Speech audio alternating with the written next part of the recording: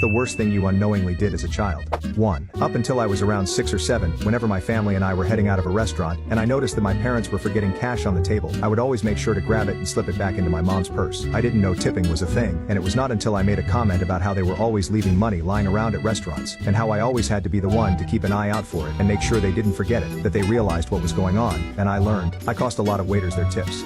2. I had just gotten home in the afternoon from middle school, and there was about an hour or so I'd be home by myself before my parents came home from work. On this day I decided to boil a few hot dogs as a nice little snack while I watched TRL. My buddy from next door came over and invited me to play video games or whatever I was into at the time. An hour or so went by and I returned to my house and realized the stove was still on and the hot dogs were burning. Apparently the Teflon from the pan released a noxious gas that is lethal to birds and took out my mother's beloved parakeet. She came home about 10 minutes later and immediately saw this still parakeet and started crying. She looked me right in my eyes and said, "Everything in my life is falling apart." This was around the same time my parents were getting divorced, and she slammed her bedroom door and I didn't